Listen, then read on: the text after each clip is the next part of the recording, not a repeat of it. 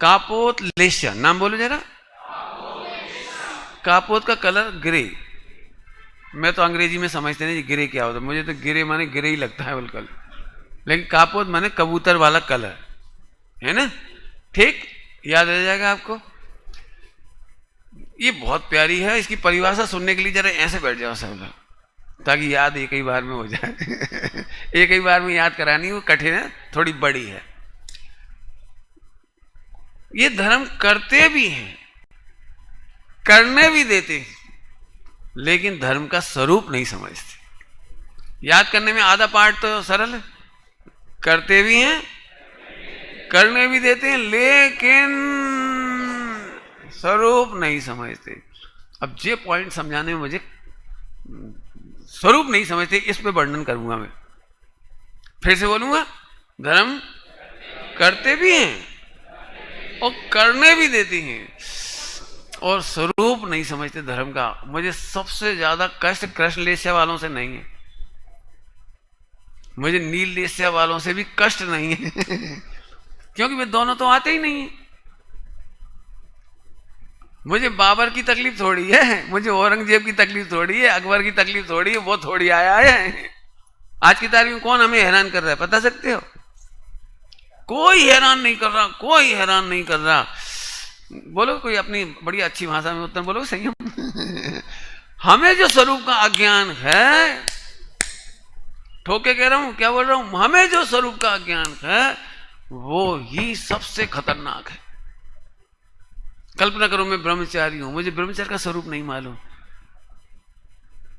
मैं केवल इसी को स्वरूप मान लूं, कपड़ा बदलने को, सिर मुंडाने को, और थाली धोकर पीने को, चटाई पे सोने को, और बहुत बड़ा ब्रह्मचारी मानूं। इससे बड़ी गलती और क्या हो सकती है?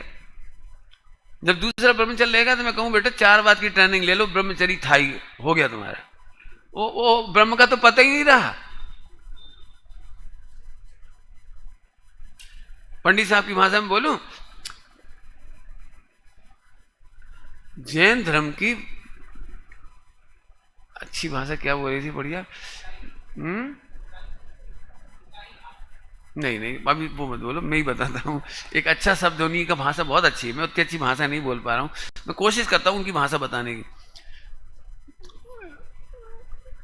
बहुत अच्छी भाषा जबान पे नहीं आ रही, बोलने की कोशिश करता हूँ।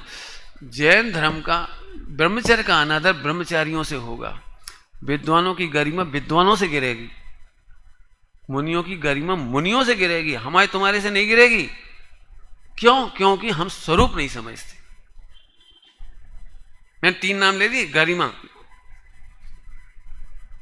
थोड़ा खोल के कहता हूं, अभी सरल एग्जांपल दूंगा, सरल, ताकि आपको जल्दी समझ में आ जाए।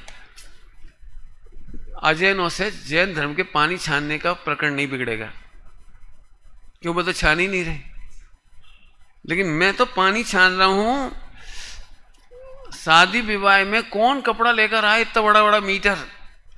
अभी तो वो भी गायब हो गया होगा, लेकिन पुराने जमाने में ग्रैंडफादर की धोती बचती थी ना, पहनी पहनाई, जिसको कौन सी धोती कहते थे, सबसे अच्छी कहलाती थी, हैं? परम सुख, नाम ही परम सुख है उसका। परम सुख माने बिल्कुल बारीक कॉटन, और उसी को टंकियों पर डालकर छान लिए पानी। वे तो छान ही नहीं रहे, तुम तो छान रहे थे, लेकिन परम सुख। जैन मंदिर, चलो कहीं कहीं पानी नहीं छने, लेकिन जैन मंदिर में तो छनना चाहिए, वो तो अहिंसा का आयतन था।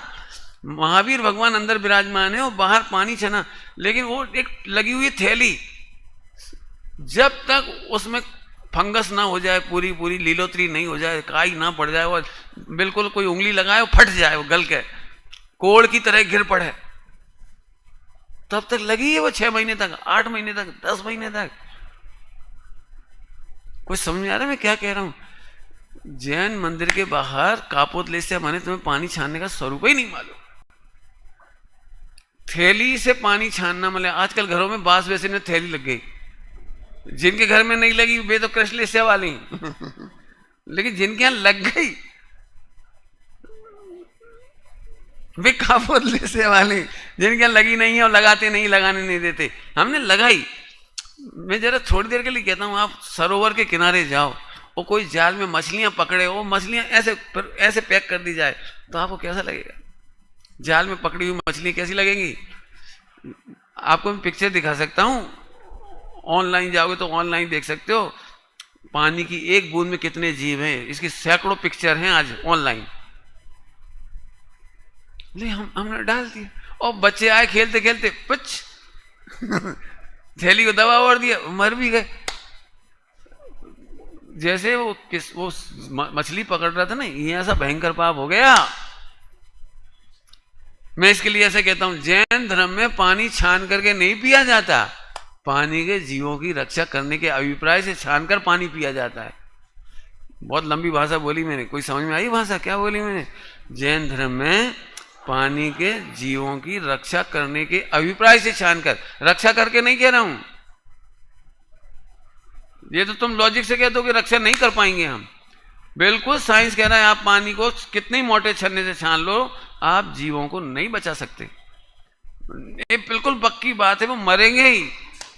बचाने के अभिप्राय से, जीवों की रक्षा करने के अभिप्राय से छान करके पीते हैं। उन जीवों की रक्षा करने का मूल अभिप्राय होता है हमारा। अभिप्राय का फल हमें मिलता है, मरते हैं या नहीं मरते उनकी आयु कर्म है, लेकिन हम बचाने का अभिप्राय रखते हैं।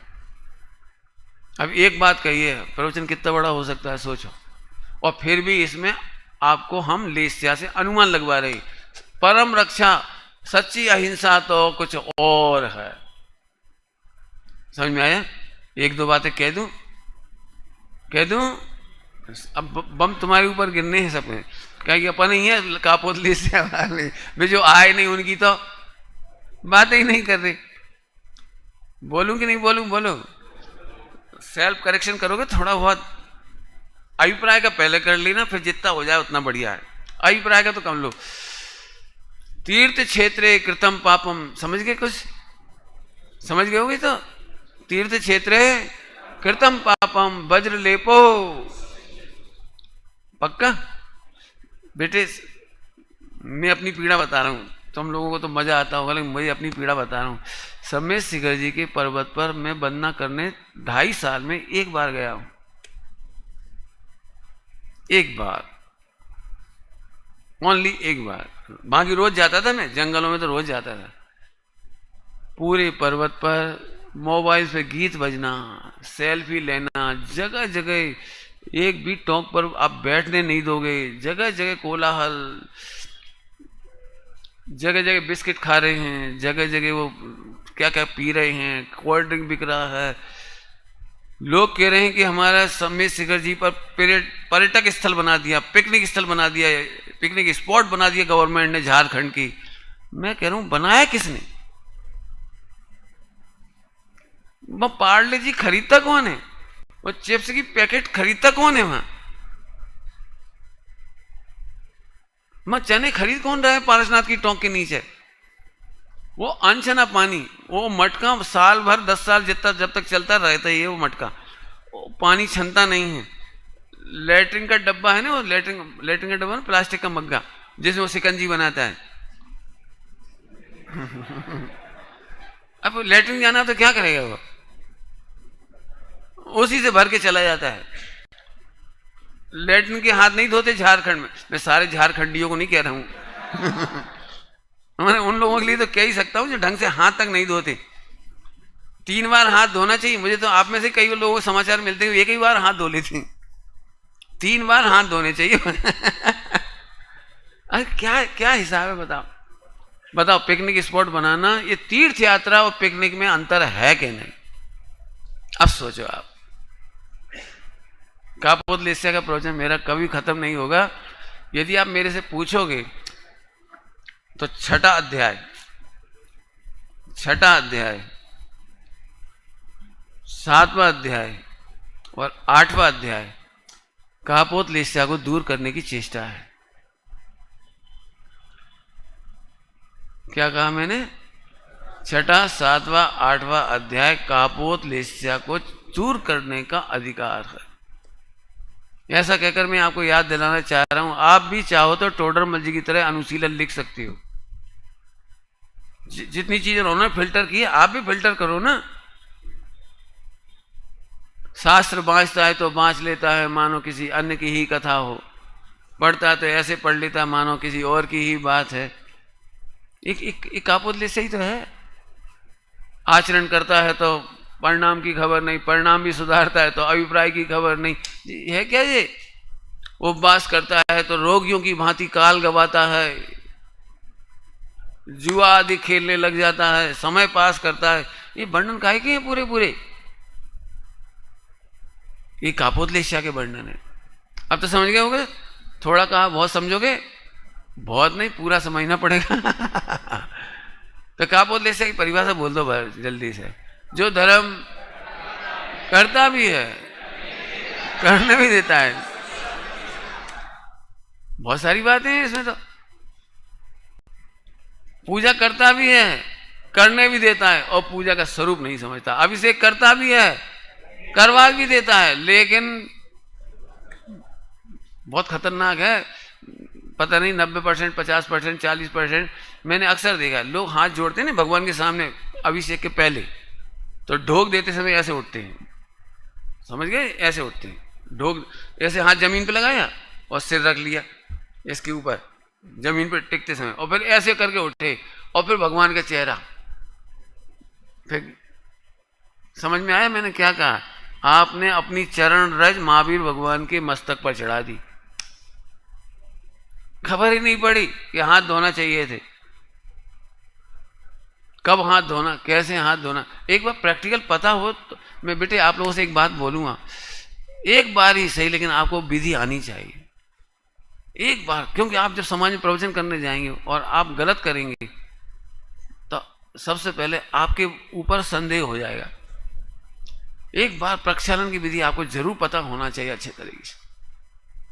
और भी लगाना, मंगलाचरण मेरी तरह मत करना, आपको सिखाया जाता है। ओंकारम बिंदु से युक्तम नित्यम ध्यायन्ति योगिना कामदम मोक्षदम चैव, ये बिल्कुल ऐसे करो, बिल्कुल तैयार। ध्यान रखना बेटी, डॉक्टर साहब को मत सोचो, डॉक्टर साहब तो ये बोलते हैं कि मैं इतना बड़ा बोल नहीं पाता, बोलने में अंदर में तो एकाग्रता रखते हैं वो, तो इसलिए वो छोटा बोलते थे। लेकिन अपने को तो पूरी परिणति अपनानी चाहिए।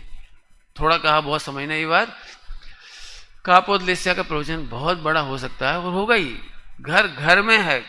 क्यों होगा कोई बताएगा? क्यों? क्योंकि हम, हाँ बोलो, स्वरूप नहीं समझते। और जिनवाणी में प्रवचन करने का मूल उद्देश्य है स्वरूप समझना। प्रवचन करने का मूल उद्देश्य आज जब स्वरूप समझना। इतनी चर्चा वार्ता और कक्षाएं क्यों चल रही हैं? स्वरूप समझना। आपको 5 साल 45 ग्रंथ क्यों पढ़ाए जा रहे हैं? बहुत बढ़िया।